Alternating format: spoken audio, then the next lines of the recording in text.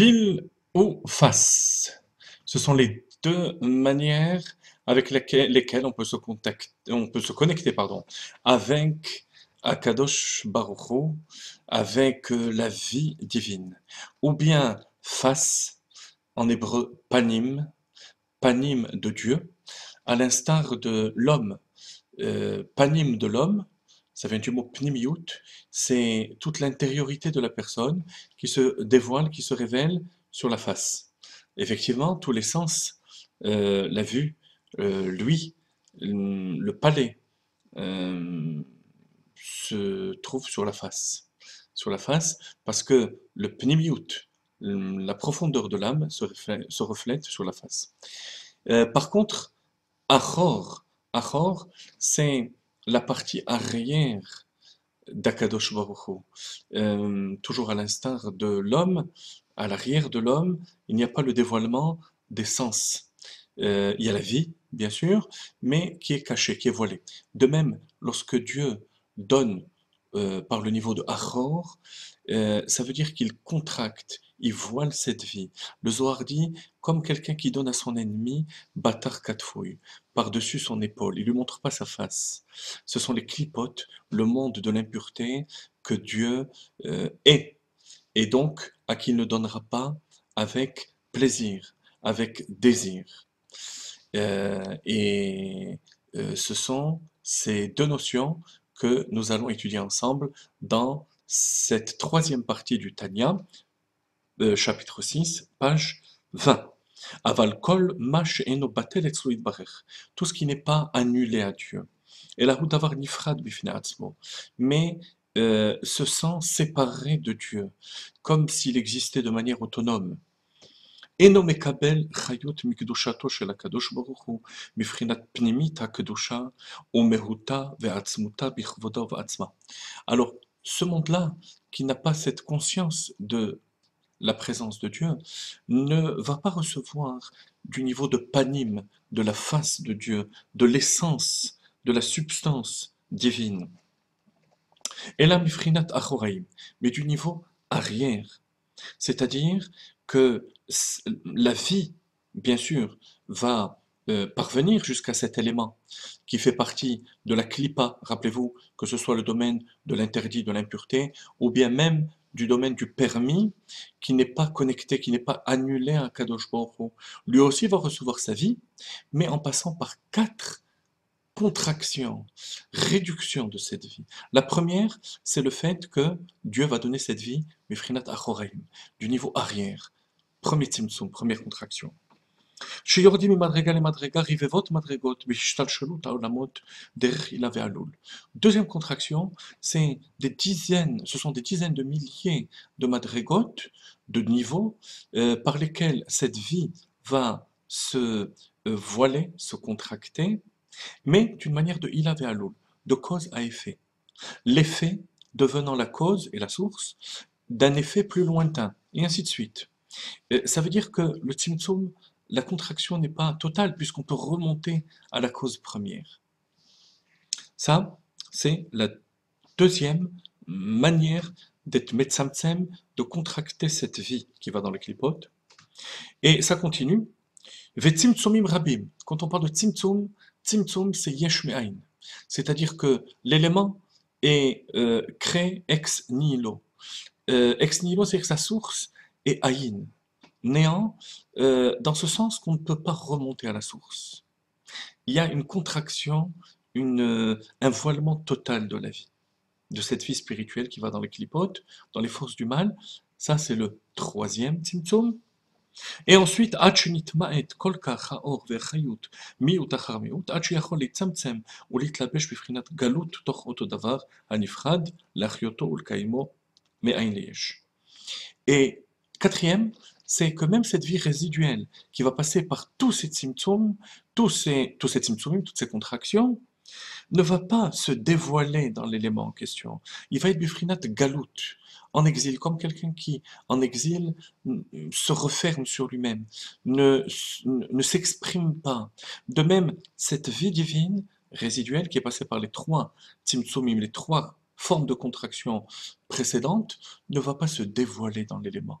Il va être voilé, pour que l'élément en question puisse exister. Shelo yachzor liyot ayin va'efetz kevatchila, mikodem shenivra. Pour que cet élément ne revienne pas au néant, et pas seulement le néant, parce que le néant est créé, c'est une existence.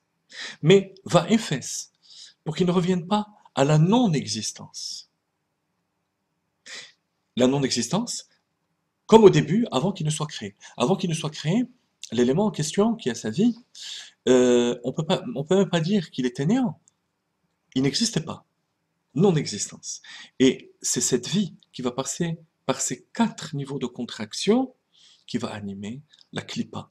Donc, les- la force, même les forces du mal, même les forces qui s'opposent à Dieu, parce que en od milevado, rien n'existe en dehors de Dieu, même les forces du mal, même ces forces superficielles. Velachen nikra olam hazeh umlo'o olam haklipot.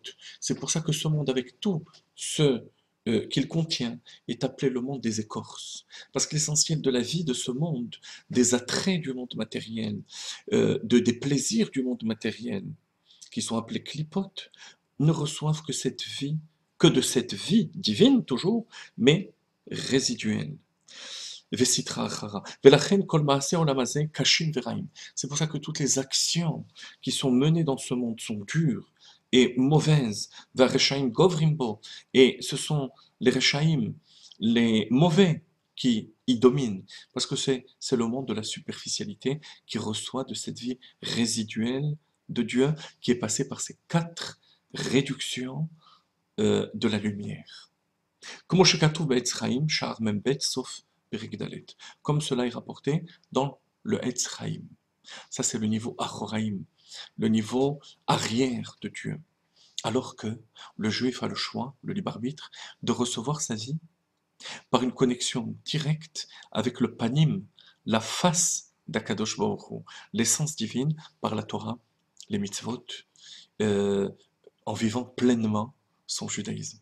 Alors, Rabotai, lorsque on connaît le fond de ces choses-là, tel qu'Admor Zaken l'explique dans le Tanya, est-ce qu'on peut encore choisir l'écorce alors qu'on a le fruit?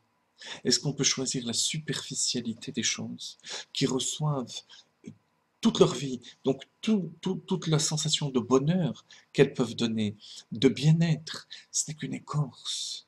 Alors qu'on a l'essence même du fruit qui vient du panim, de la face de Dieu, et cela grâce à l'accomplissement de Torah Mitzvot.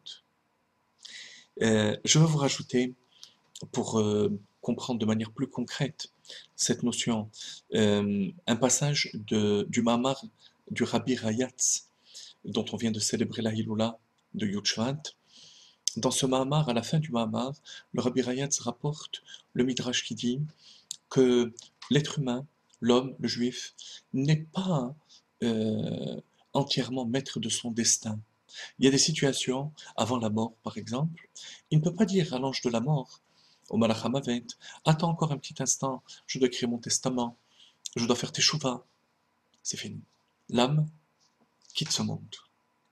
Alors, lorsqu'on prend pleinement conscience de cette chose-là, comme nos maîtres disent dans Pirkei Avot, Shuv Yom Echad Lifnei Mitatar, fais teshuva un jour avant ta mort. Comme tu sais pas, tu ne connais pas le jour de ta mort, fais teshuva chaque jour. Alors dit le Rabbi Rayatz, comment est-ce possible que pour des choses secondaires de la vie, comme par exemple manger, boire, notre emploi du temps est respecté de manière scrupuleuse. En effet, euh, toute personne en moyenne mange 2, 3 fois par jour, à des moments précis. On repousse rarement ces moments pendant lesquels on prend nos repas, et à plus forte raison euh, qu'on ne les annule jamais. Et pourtant, il s'agit de choses secondaires. Alors que pour des moments d'étude de Torah, pour des moments de Tfila Betzibour, où on doit prier en communauté, des occasions où on peut faire du chesed, ces moments-là sont repoussés à plus tard, voire annulés complètement. Alors dans les termes du Rabbi Rayatz, Hayesh Chochma Behanahaga Kazo, est-ce qu'il y a une logique dans une conduite pareille? Est-ce que c'est logique que pour des choses secondaires, on soit tellement à cheval sur chaque chose, alors que pour l'essentiel, c'est à l'avenant. Si on peut. Si on ne peut pas, c'est repoussé à plus tard, ou c'est complètement annulé. La réponse est claire. Mais pour cela, il faut prendre conscience de ce que le Tanya nous dit, pile ou face, panim.